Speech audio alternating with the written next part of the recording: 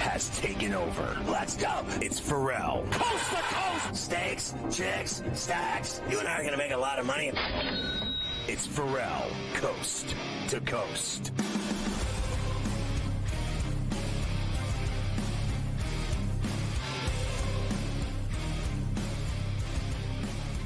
All right, so we're going to hear from all these SEC coaches now. I'm watching Denver. They lead the Pacers 20-13 early in the second in Vegas. Games are on all night, as we've discussed earlier. So Mr. DeBoer has got a little bit of pressure down in Tuscaloosa following in the footsteps of one Nick Saban. He certainly does. Kalen DeBoer, of course, comes over from Washington, getting some very big shoes to fill. And you know what doesn't help either? I mean, the guy's basically sitting over there watching you on that SEC network desk while you're trying to do your first press conference as the new coach at Alabama. It's bad enough you got to replace the guy, but you got to have him stare at you from a TV desk while you're trying to do it. I can't imagine that was good for Kalen DeBoer yesterday. Here's what I do know from listening to this guy. We're going to miss Nick. Because this guy, he's as dry as the paint on the wall. I mean, you ain't going to get much out of him, that's for sure. Well, here's DeBoer, who, of course, has to thank everything that he has being at Alabama for the foundation that Nick Saban built there. Just want to say, I know I haven't seen Coach around here, but I do want to, first of all, congratulate Coach. I thought it was really cool winning the SB the other night and got a chance to finally, it seemed like every time I got a chance to see the speech, it was just a little blurb. Got to see the whole thing, and just like always, there's something that we've always taken from those speeches, well-deserved with that honor. And then personally, and from, I think on behalf of everyone with Alabama football and the University of Alabama, we appreciate everything Coach has done to make this foundation strong to where we can continue to build on it, continue to help those that are supportive of our program proud, and just appreciate all those years and hard work that's been put into this. Yeah, don't lose, bro. Look, I think this is gonna be a rough road for Kalen. I got a feeling it's gonna be a rough road for him. And I know he's won everywhere, right? That's the thing about this guy. He's won at all these schools he's been at. He's lost 4 games in his life or something. This is different. This, right? This is a lot different. In his life. But this is like a whole nother world you're stepping into. They are crazy down there with their football in the SEC.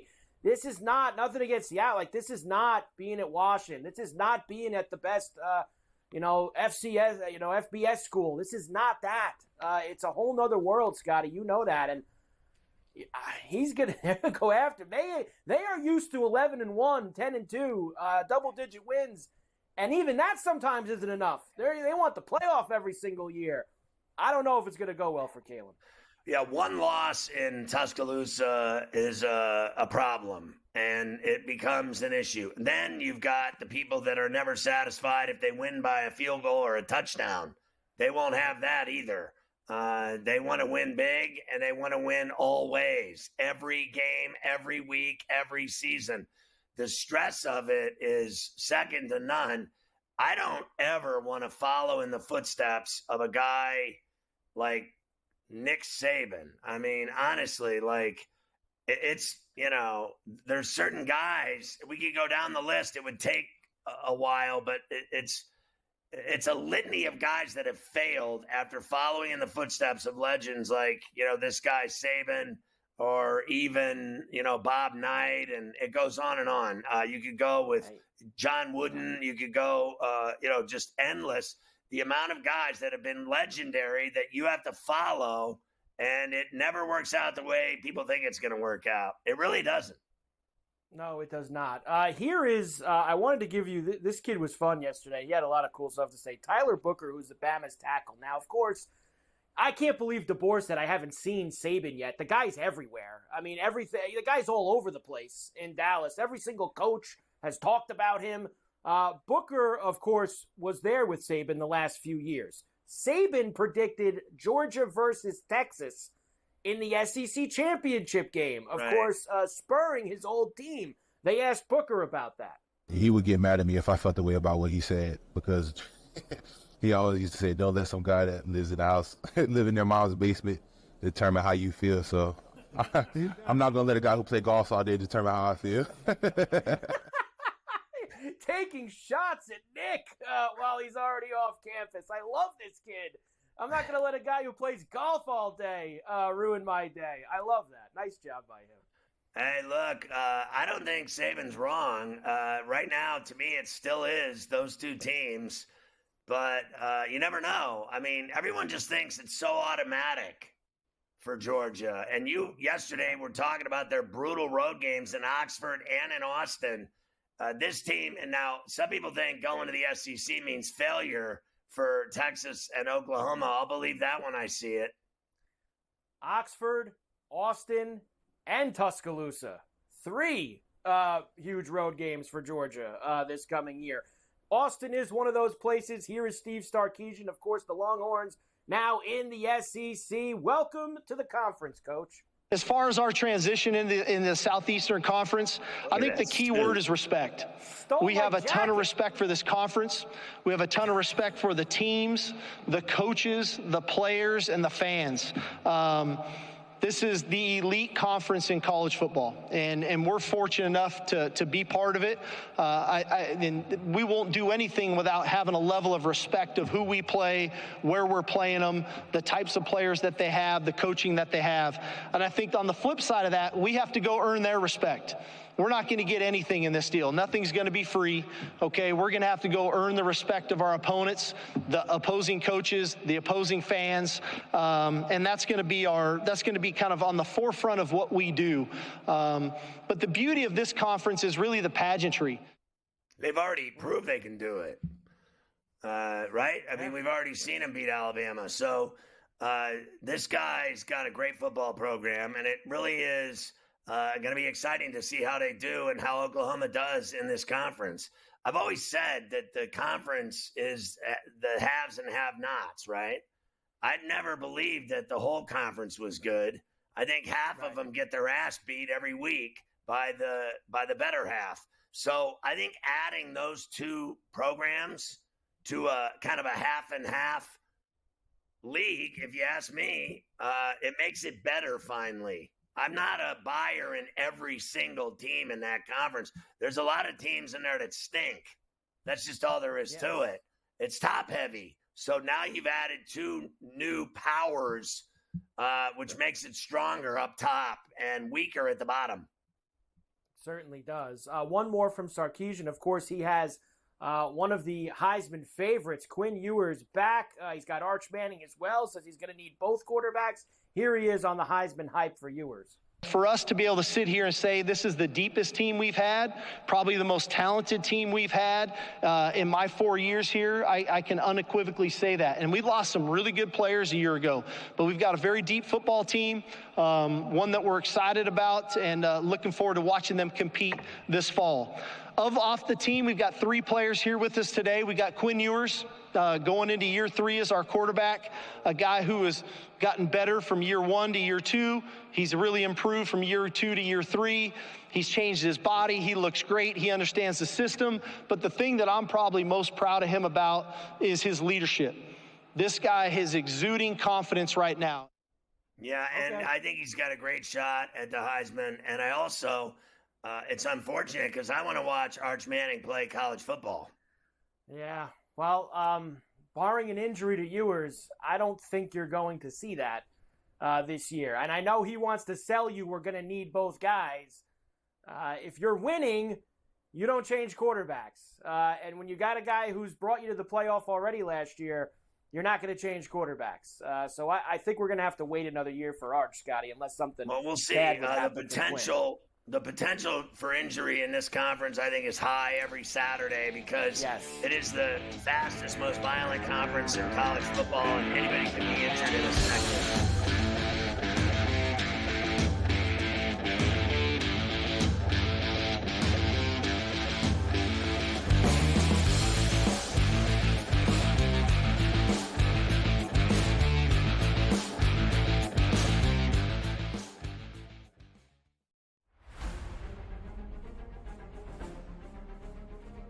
one of the many exciting things about joining Live was being able to come here and play in front of a Spanish crowd, especially on a level of event and level of competition that I hadn't really yet enjoyed, right? I've been able to play events in Spain. Here in the beautiful Valderrama, which some say is the European Augusta, it's so special. There's so much history here. There's so much Spanish history here. Well, it has so much history behind. It's only a 50 years old club, but so much has happened through the years. I mean, we had the Ryder Cup, we had World Gold Championships, and now we have Live. I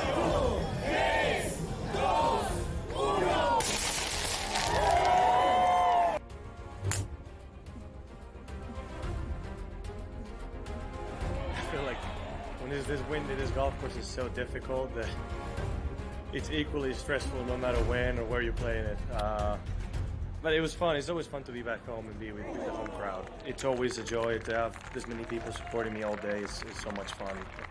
OMG, what did we just witness? Our first ever double playoff in Live Golf history. I am so pumped up right now. So much happened on the last 5 minutes. I mean, it looked like it was going to the Crushers and Annie Barton winning, and all of a sudden then Abraham holding a chip, David Puig birdie eight, then that little putt from Annie Barton on the last. I mean, it was great watching.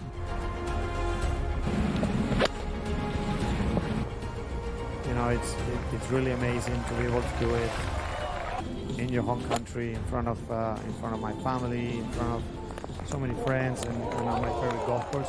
So it's obviously super nice.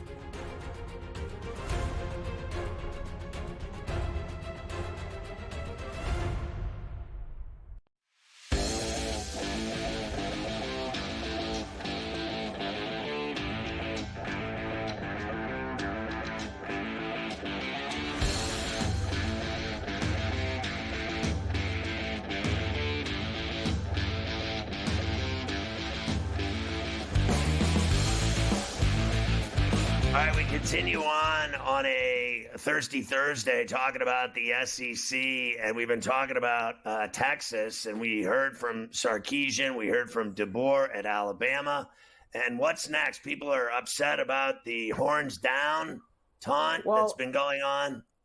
Well, that's been going on for a while, as you know. Usually it happens a lot in the Oklahoma-Texas game, and the Big 12, Scotty, was very specific that you were not allowed to do that.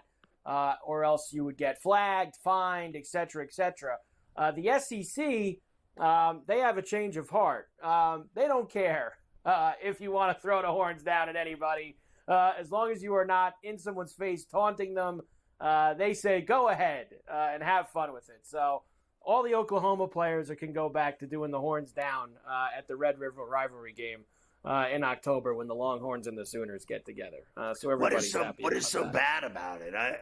What is it? Is it? I don't know. Who knows? They're very. sensitive. When I watched that, everybody's very sensitive. When I watched the political assassination attempt on TV on Saturday, did you see they had their own horns down version of it, where like 60% of the people on TV were given the finger? How do they like that in the SEC? I mean, have you ever seen more people giving the finger on national television in your life than last Saturday? I've never seen anything like it. I was like, this is awesome. Look at this. I mean, they just wouldn't take the camera off these people that support him.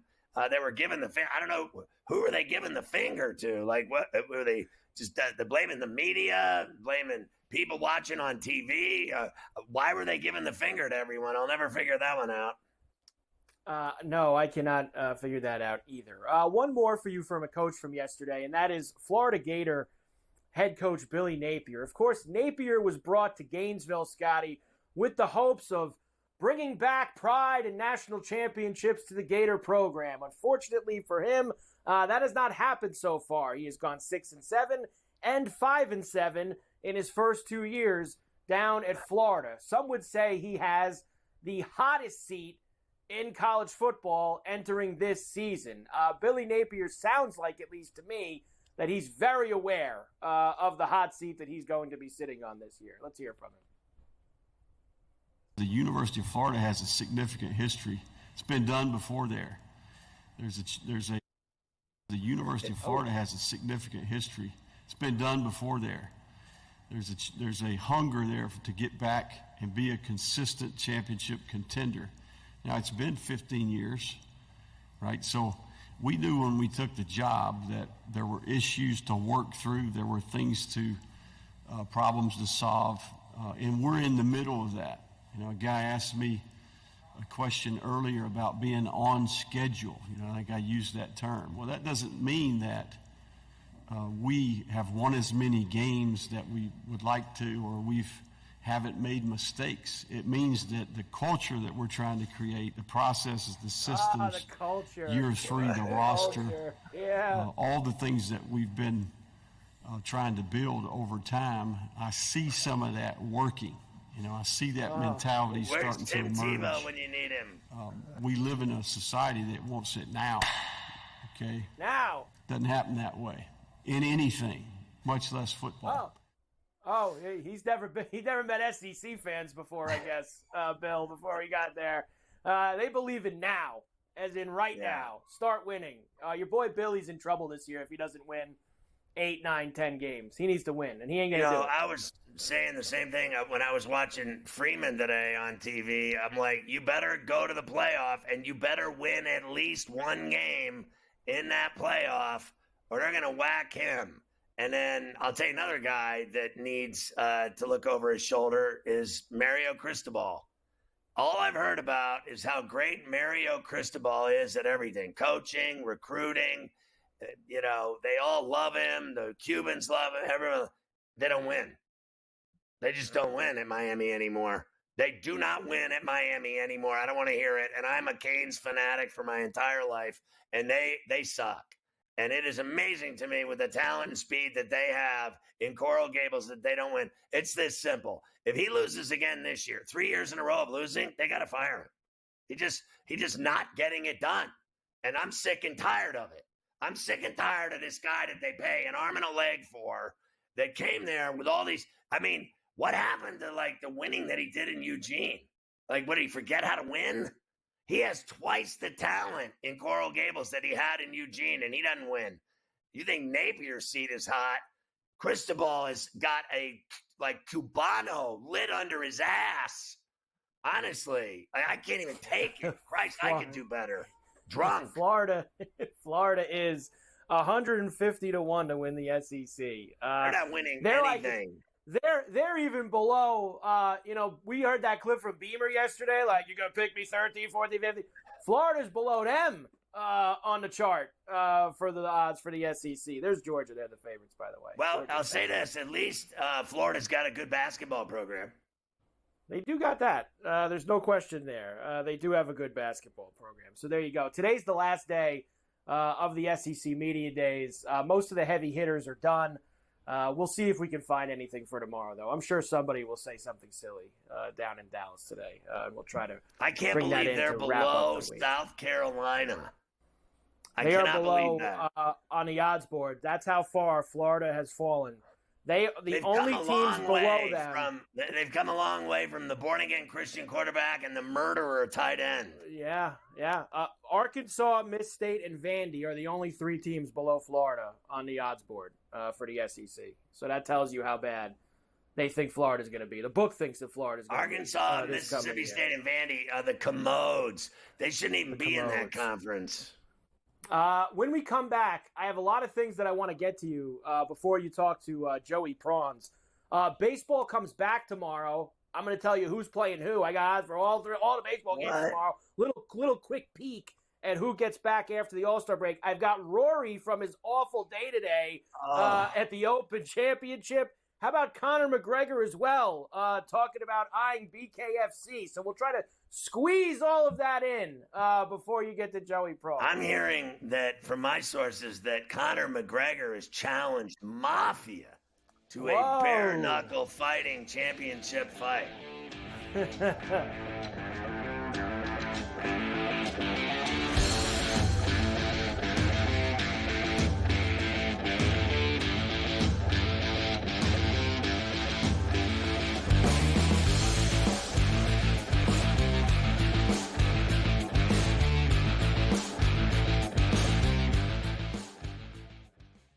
When it comes to betting on sports, injuries matter, and Sports Injury Central has you covered all year long with expert injury analysis and injury-based picks for the NFL, NBA, and MLB. Our former pro sports doctors have unmatched experience to analyze every injury so you know the impact of the player, team, and their upcoming matchup. Whether it's articles, podcasts, player insights, or our patented injury scores, Sports Injury Central will help you keep up with your fantasy team and make more informed wagers. So make sure you follow Sports Injury Central and gain an edge at sixscore.com. Your gut says Miami is going to win, and you should take the over. Your gut also said your NFT selfies would only go up in value. They didn't. But your head is on SportsGrid and knows the QB is in concussion protocol. The backup has a 45 QBR against the zone coverage. The New York D has the most sacks in the league. So yeah, trust your head. It's smarter to be on SportsGrid. Anyone that's been to a sporting event, the atmosphere before a game, I think Game Time Decisions has that same exact atmosphere. This is our arena. This is what we do. There is going to be an energy to Game Time Decisions that you will feel night in and night out. The excitement you get when you lock your bets in, when you're figuring out what you want to do, we can zone in on the biggest games each night. I want this to be the place that people come to before the games start so they feel as ready as possible to lock in their cards. We are going to hit every single one of those markets that you need to know about. We're going to go through every single thing, and I've got a great team behind me that's going to help me get the job done. There is not going to be a better place, I promise you, than Game Time Decisions to get that new information, react to it, and be able to then bet accordingly. We will have everything at our disposal, and we will use that to our advantage. I'm Kevin Walsh. Tune into Game Time Decisions from 6 to 8 p.m. Eastern on SportsGrid.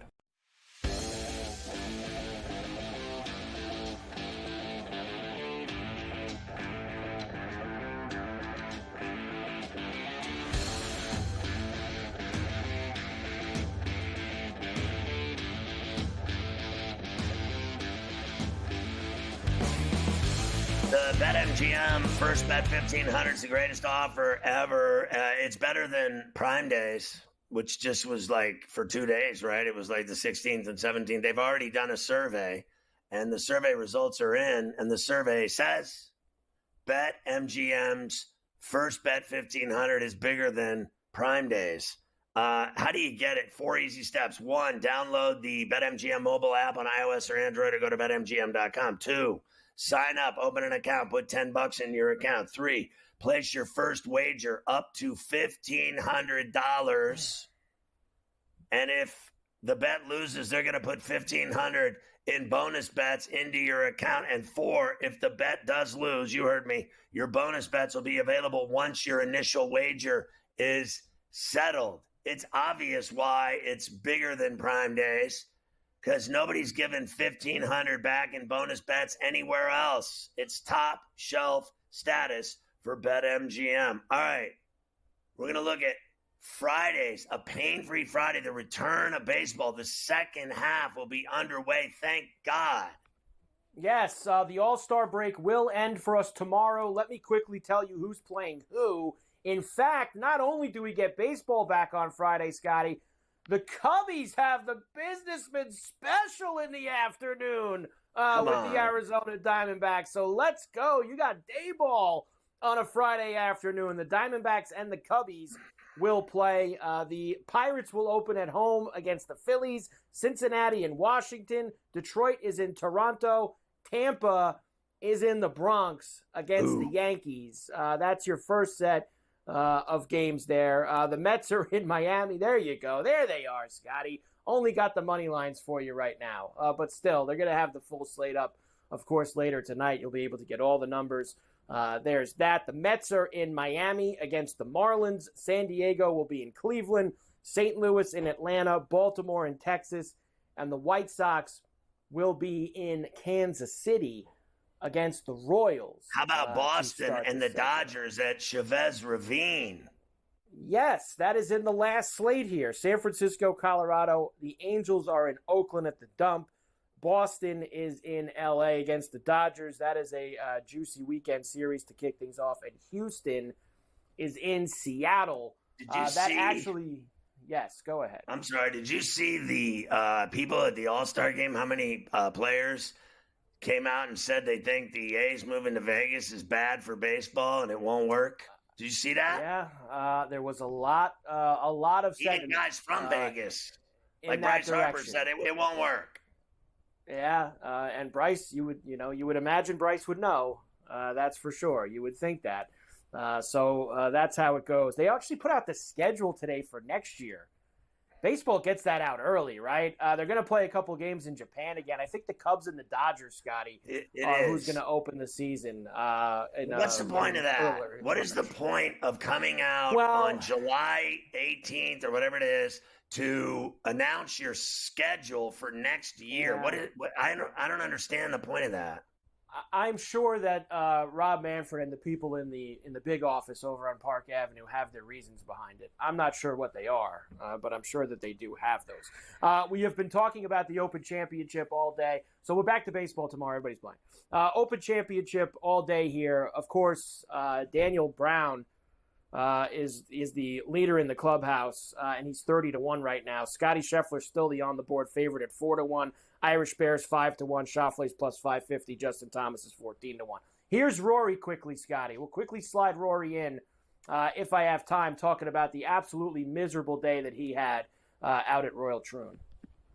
I felt like I did, okay for the first part of the round, and then, missed the green at the postage stamp there and left it in and made a double, but still felt like I was in, reasonable enough shape, being a couple over through 9, thinking that I could, maybe get those couple shots back. I was actually surprised, how difficult I felt like the back 9 played. I thought we were going to get it a little bit easier than we did. But the course was playing tough. The conditions are very difficult in a wind that we haven't seen so far this week. And I guess when that happens, you play your practice rounds. You have a strategy that you think is going to help you get around the golf course. But then when you get a wind that you haven't played in, it starts to present different options. Yeah, that's a nice way of saying he's finished. I got bad news for him. I just looked at the weather. The guys that went out early in the bad weather, the worst of the weather is when they're out again in the afternoon tomorrow. The heavy winds, 25 to 35, is in the afternoon. So those guys are getting it on both sides on Thursday and Friday. That's tough.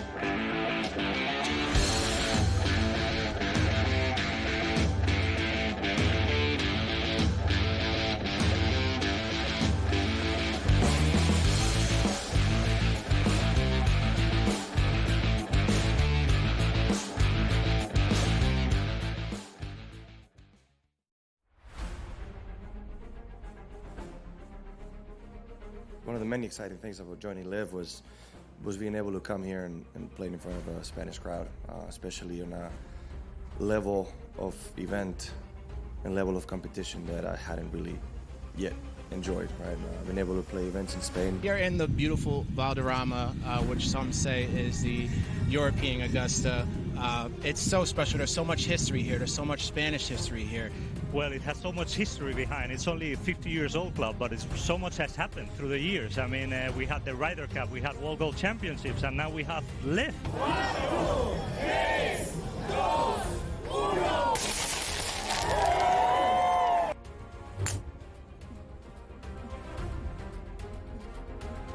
I feel like when there's this wind in this golf course is so difficult that it's equally stressful no matter when or where you're playing it.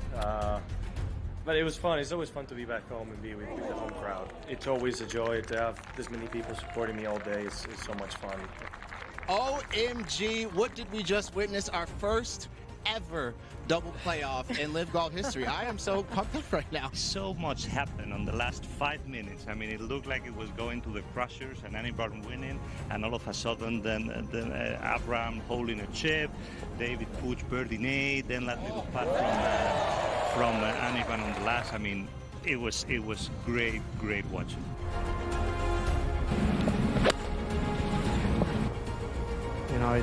It's really amazing to be able to do it in your home country, in front of my family, in front of so many friends, and on my favorite golf course. So it's obviously super nice.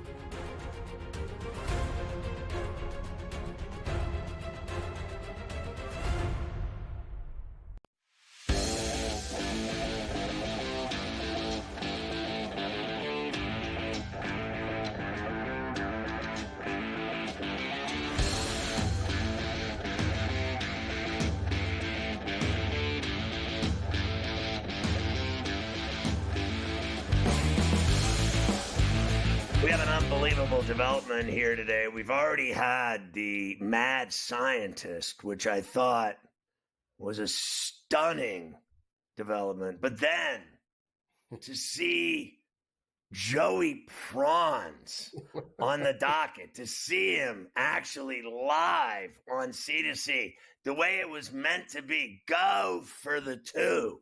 Your boy, Joe Lisi, you hear him on Carver and Lisi. You've seen him on Coast to Coast brilliantly a million times, and he's back again to talk college football. He has been doing his own college recruitment trip over the last couple of weeks, looking at colleges for his lovely daughter. How has it been going, Prawns? Prawns is happy. We might have one. You never know. Monmouth is in the mix, Scotty. So beautiful campus. Love the shoreline out there in New Jersey, and just keeping me busy in the off season. Last time you and I spoke, you were out in Vegas covering the fights. I was out in Vegas, and we saw Tank Davis look fantastic with a brutal knockout of Frank Martin, and then we saw the Grateful Dead at the Sphere. We saw it all. Hopefully going to go back to do some more big fights in the near future. Joe, we were talking about the SEC today at great length, and I was stunned to listen to Billy Napier talk about how long it's going to take him to get the house in order in Gainesville in the swamp. There is no way that those fans down there, and this is one of the hardest schools to get into in America. Everybody wants to go to Gainesville. Everybody wants to go to Athens. It's hard to get in there. You think those students pay all that money to go to Florida? They want to watch that football team lose every year like he's been losing down there? That guy is doomed. He is, and the schedule doesn't add to that, Scotty. They have an atrocious schedule. The ability for this team to potentially get to 6 wins is an uphill battle. Even with an experienced quarterback of Graham Mertz returning, they lose their starting wide receiver, Ricky Pearsall, to the NFL. Trevor Etienne is now playing for the Bulldogs across town for Athens and the Georgia Bulldogs. This is not going to be easy for Billy Napier. It's setting up to look like Ron Zook 2.0. And I brought it up all week as well. Who do they go to? I know it's an attractive job, but what type of name would you want to grab if you're the Florida Gators if they limp to, let's say, a 5-7 overall record? I mean, you're not going to get the likes of Nick Saban or anybody else. So do they go to a guy like Ed Ogeron, a retread like that, or do you go to a fresh coordinator? I guess only time will tell. You know, I don't want to jump out of the SEC yet, but I do want to talk about, I mentioned Cristobal. He's, the most overhyped coach I've ever seen. He's gone down to Coral Gables. It's gotten worse. He gets all these great recruits, tons of speed, tons of athleticism, a 5-star out the ying, and they don't win. And then Florida State, all they do is sue people and complain about the conference, and Clemson's not happy.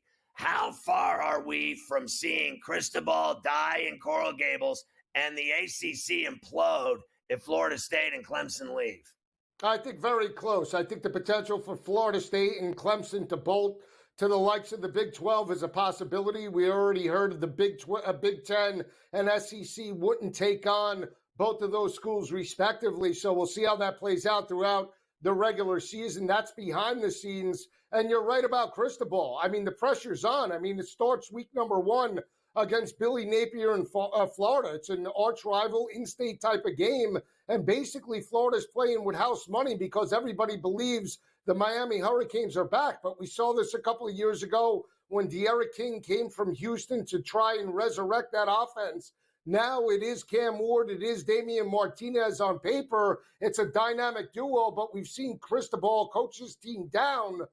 I don't know. I need to see it before I believe it. The biggest thing, Scotty, they can score some points, but you can't lose to the likes of North Carolina and North Carolina State within the conference. You can't get kicked around by teams like Georgia Tech, and their defense sucks. So until that changes, I can't buy into Cristobal. I can't. I just can't do it. You know, we are a long way away from the days of the U and Ed Reed and Jonathan Vilma and all those dominant defensive players. We're a long way away from Benny Blades. Yeah, now. It's terrible. Hey, So what kind of job do you think DeBoer will do in Tuscaloosa? I think if given time, I think he could do a good job. But I've said this time and time again, Alabama's like coaching in New York. There is no regression. Those fans want to see at least a 10-2 season, a possibility of an SEC championship and a college football playoff appearance. If he doesn't sniff that this year, and let's say he goes 8-4, 9-3 respectively, could look like a Brian Harsin for Auburn a couple of years ago. He's a very good coach, but the bullseye's on his back. It's a new scheme offensively and defensively. And when you lose your best offensive player in Isaiah Bond to Texas and Caleb Downs to Ohio State, I mean, that's not easy. Even though they get 5-star talent now, he has to coach them up, and they're not going to wait around. So I think 9-3, potentially year number 1. Let's see if he's there in year number 2 and year number 3.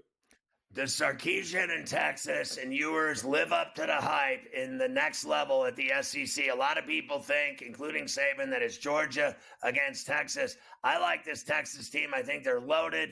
What do you think of them? I think on paper they're loaded, but again, you could go into Tuscaloosa in a one-game situation and knock off Alabama. Can you do it week to week to week in terms of the SEC? Defensively, they're we got to get Joe to refresh his signal where he is. We've lost him for a second there, technically speaking. And in bottom line, do you think, can we go back to that question? See how you sound now, Joe. We lost you for a second. That's all right. I said I think that Texas on paper could do it, Scotty, in terms of the talent that they have. But the week-to-week of the SEC schedule, you can knock off Alabama in terms of a one-game situation like they did last year. But then can you face the likes of Georgia? Can you go to Mississippi State? Can you go to the likes of, let's say, Auburn and some of those other teams back-to-back weeks? I think that's a very tough ask in year number 1. This isn't the Big 12. It's an SEC offense and defensive lines week in and week out. And again, the bullseye is on their back. They do have potentially one of the best quarterbacks in the conference in yours. But again, I think this team potentially could be 9-3, 10-2 at best. So the Big Ten has changed dramatically. How do you think the West Coast teams are going to fit in the Midwest? I think Oregon can fit really well. Again, because of how Dan Lanning's coached that team up, I think they're going to be right there with Ohio State in regards to potentially winning a Big Ten title. Dylan Gabriel, an elite quarterback, 30-plus touchdowns, and he could do it on the ground as well. The veteran experience is there, and I think Lanning's a fantastic coach. What do you get out of the new DC in terms of USC, Lynn coming over from UCLA? Because if he can make that unit at least a top 35, they have the potential to be an 8-4, 9-3 team as well and surprise some people. Miller Moss is good. They can outscore teams in terms of the Big Ten. It's going to be, can they shut down the run? I mean, you want to take a long shot for USC at 24, 25-1 to steal the Big Ten. I think it's great value. Still a tough ask. I like what you did right now. How do you think the Big 12 is going to be? It is stacked. Yeah, it's going to be top to bottom, very competitive. I think there's a number of teams that could come out. I mean, Iowa State, Oklahoma State, Kansas State, you name it. But I'm going with Joey McGuire and the Red Raiders. 14-1 shot. Brennan Morton, Taj Brooks, 18 starters coming back. And he's a riverboat gambler. Keep an eye out for Texas Tech. How about your boy Joey Prance going with Texas Tech? Sermonello went with Oklahoma State. So I can't wait to watch that Big 12. I can't wait to watch the Big 10. I'm sick and tired of Cristobal, hearing how great they are. My Canes need to win games. I want to watch Ward to see if he's much of a badass as he was at Washington State. Joe, good luck with the college search for your daughter. I hope that goes fantastic the rest of the way. Always good to see you, my man.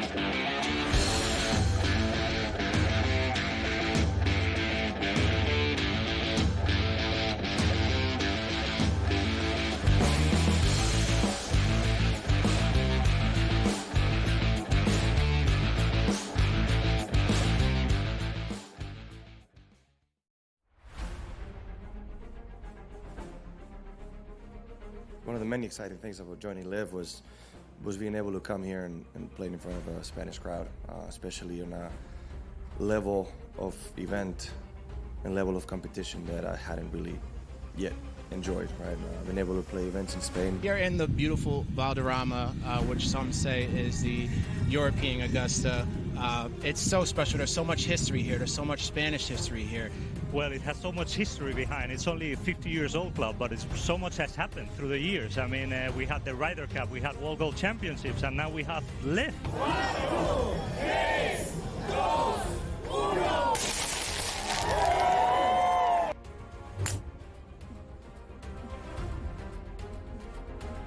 I feel like when there's this wind at this golf course is so difficult that it's equally stressful no matter when or where you're playing it. But it was fun. It's always fun to be back home and be with the home crowd. It's always a joy to have this many people supporting me all day. It's so much fun. OMG, what did we just witness? Our first ever double playoff in LIV Golf history. I am so pumped up right now. So much happened on the last 5 minutes. I mean, it looked like it was going to the crushers and Annie Barton winning, and all of a sudden then Abraham holding a chip, David Puig birdie eight, then that little putt from Annie Barton on the last. I mean, it was great watching.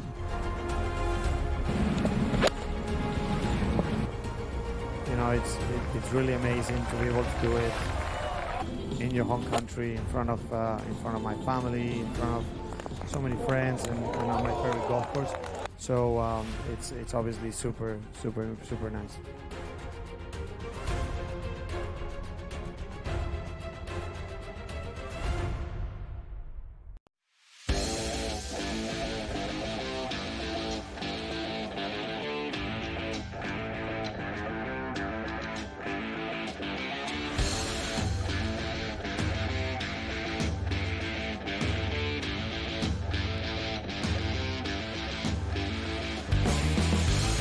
Stunning development.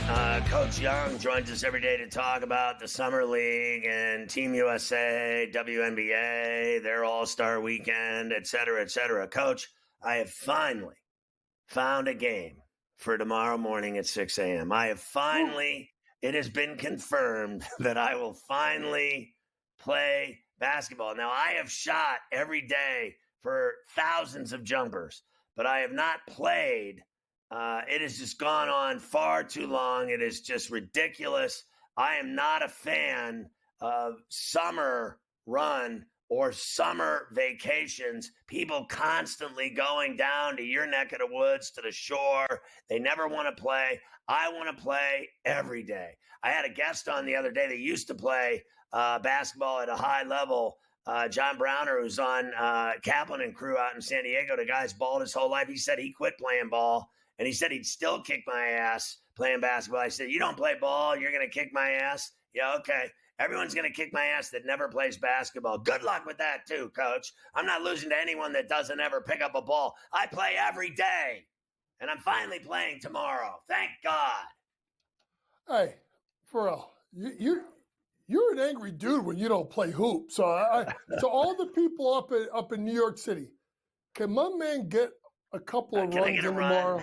Just let him have a couple of runs, because he comes back, he's surly, he's angry.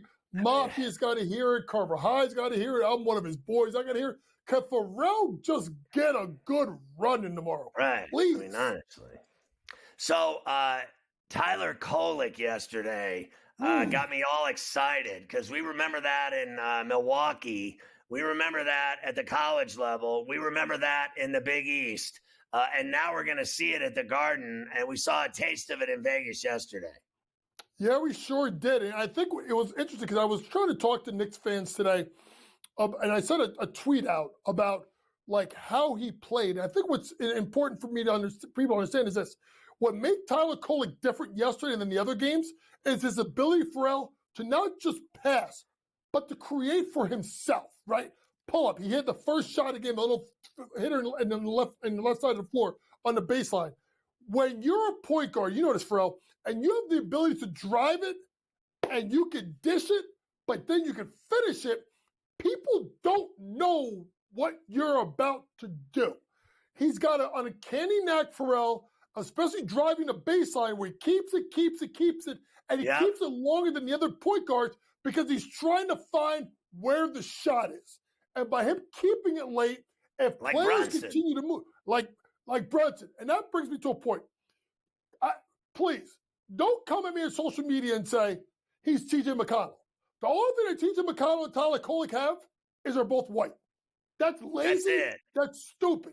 It doesn't make sense. This guy is a mini Brunson.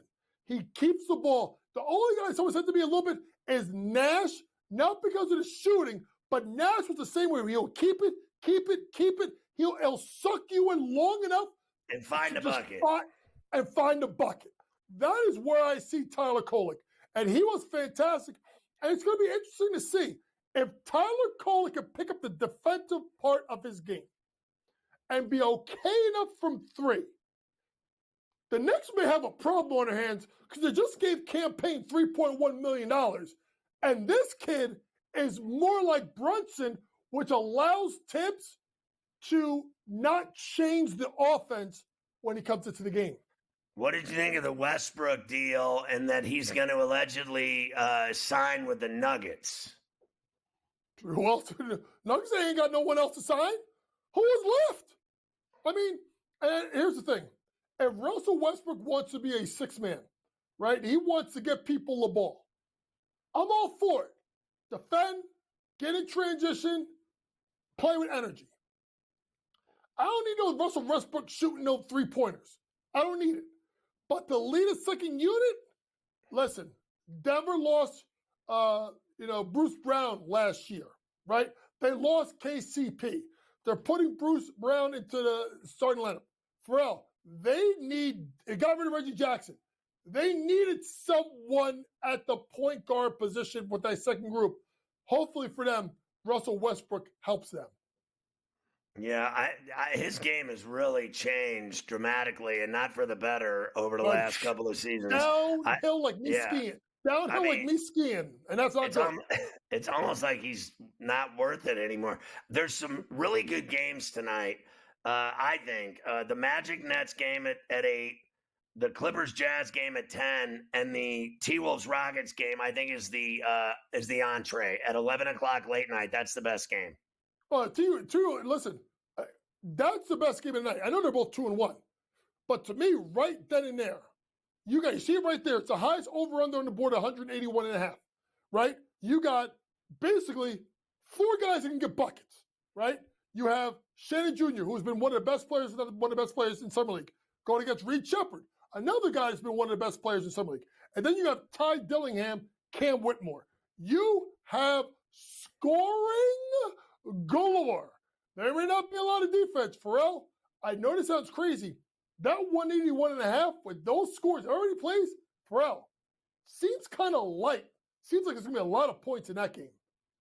So, I guess the Rockets feel like they were right about Shepherd.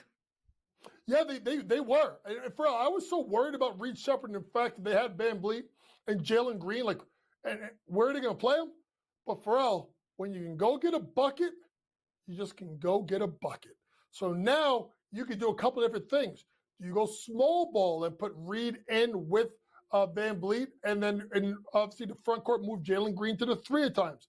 Or do you have that second group that could be Reed Shepherd and Cam Whitmore as the 1-2, and then you have dynamic scoring. Their second group of possibly Whitmore and Shepherd is just as exciting to me about Dillingham and Shannon Jr. That's why I'm so jazzed up. I'm telling you, Starbucks, you're getting Coach Young at 10:30 tonight because I got to watch this game tonight. Yeah, and I got to tell you, I'm looking forward to talking about the WNBA All-Star game with you tomorrow. But real quick, 5 seconds, what'd you think of her 19 dimes, Clark? It's over with the year.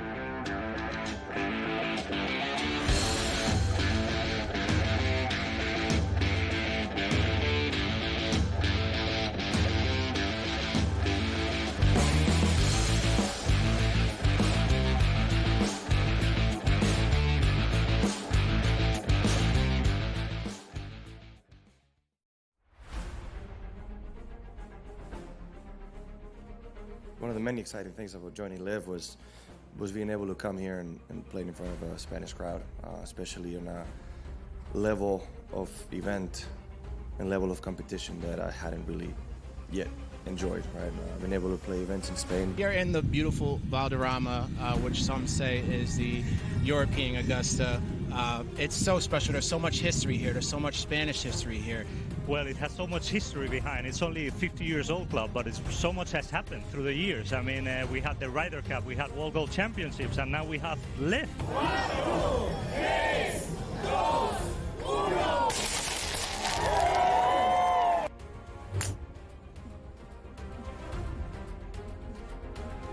I feel like when there's this wind in this golf course is so difficult that it's equally stressful no matter when or where you're playing it. But it was fun. It's always fun to be back home and be with the home crowd. It's always a joy to have this many people supporting me all day. It's so much fun. OMG, what did we just witness? Our first ever double playoff in LIV Golf history. I am so pumped up right now. So much happened on the last 5 minutes. I mean, it looked like it was going to the crushers and Annie Barton winning, and all of a sudden then Abraham holding a chip, David Puig birdie, then that little putt from Annie Barton on the last. I mean, it was great watching.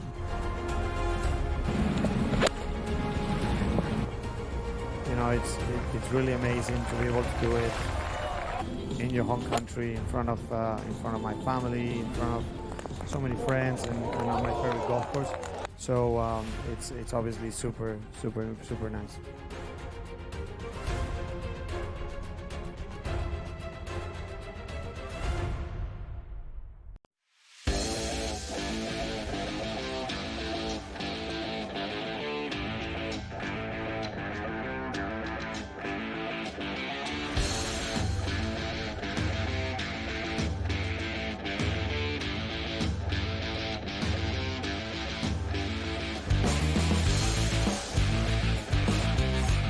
Carver High loves leftovers. Yeah, and I know that you also love leftovers that involve a video before we leave. How about Conor McGregor, who this morning did that BKFC press conference? I believe it was in Spain. He had a lot to say, Scotty. In fact, why don't we hear no? Is that a no, Mafia, with that? No, with Conor. So you know what? We'll run Conor back tomorrow. He did reveal that he's got 2 fights left on his UFC deal, and that he does eye BKFC amid the injury, which should be great because Mafia does the BKFC show here, and maybe he can get Conor McGregor in the mix on the BKFC show. So that would be outstanding. Look at that. Wait a second, Scotty. What do we have here? Here he is, Conor. For me, is money in the bank. So, you know, for me, I have a bit of business left with the Ultimate Fighting Championship, 2 fights left on my contract. But for sure, we've got 3 lightweights up here on the dais. And, you know, I have my eye on all of this. You know, I'm not up here just as an owner. You know, player manager. I'll title myself on this one, yeah. Let's go. Maybe he'll finally fight someone. He never fights. Why not? Get involved. The Rays are willing to listen to offers on All-Star Isaac Paredes and among others. That's why I told you yesterday, I love that under 79.5 for the Rays here as we go through the second half. Carolina Hurricanes place Evgeny Kuznetsov on waivers. They made a lot of changes in Carolina, going to be a very different hockey team this year. Pitt reaches an extension with coach Jeff Capel. So Capel getting some more years on his deal at Pitt. And Jonathan Tomeo wins the World Series of Poker main event, Scotty, which, of course, $10 million for the first prize this year. I did see a little of it. I used to be very into that, but it has lost my way here over the past couple of years. But wow, record number of entrants, record number of prize. Congratulations to him, Scotty. Yeah, over 10,000 participants, and he's a pro, and he won it all, 10 mil. Ferrall finish time. How about today, within like an hour of each other, the legend Bob Newhart at 94 passes away, and then Lou Dobbs, everyone knows, the political pundit from CNN. He was on there forever. Lou Dobbs gone as well today. I think he was 78. President Biden tests positive for COVID.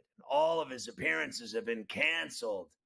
A lot of people want more than that canceled. Orlando Magic co-founder and longtime NBA executive Pat Williams passes away at 84. He's done my show 1,000 times over the years. Pat Williams, gone at 84. The Empire State Building has been ranked the #1 tourist attraction in the world. The Empire State Building, Carver High. I have heard it all. Ex-Tao hostess accused of tossing cable in a New York City hotspot koi pond, busted for feces fling.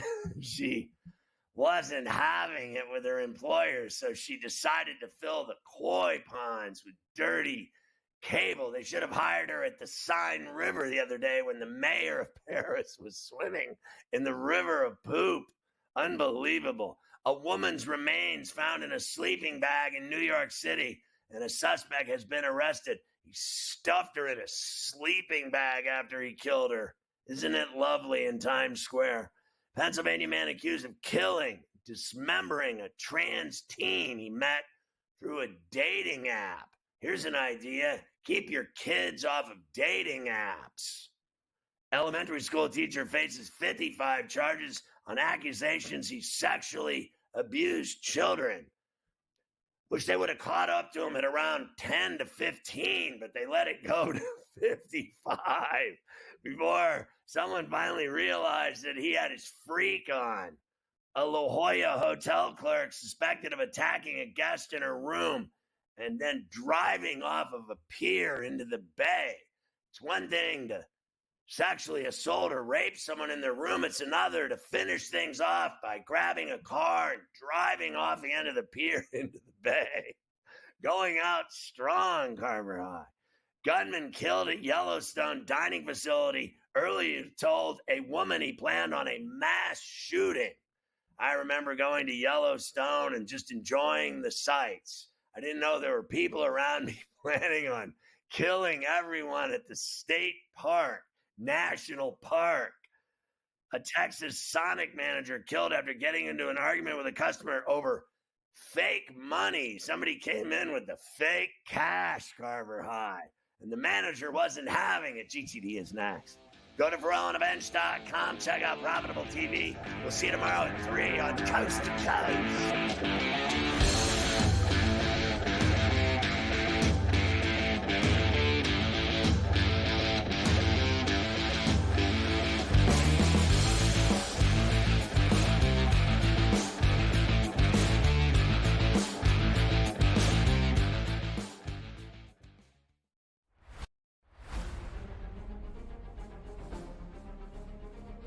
One of the many exciting things about joining Live was being able to come here and play in front of a Spanish crowd, especially on a level of event and level of competition that I hadn't really yet enjoyed. Right? I've been able to play events in Spain. You're in the beautiful Valderrama, which some say is the European Augusta.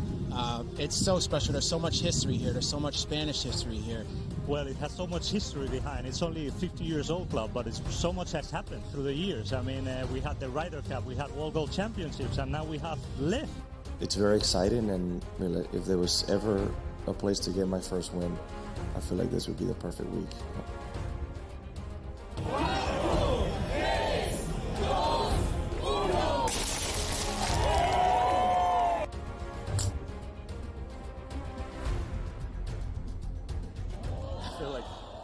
This wind at this golf course is so difficult that it's equally stressful no matter when or where you're playing it. But it was fun. It's always fun to be back home and be with the home crowd. It's always a joy to have this many people supporting me all day. It's so much fun.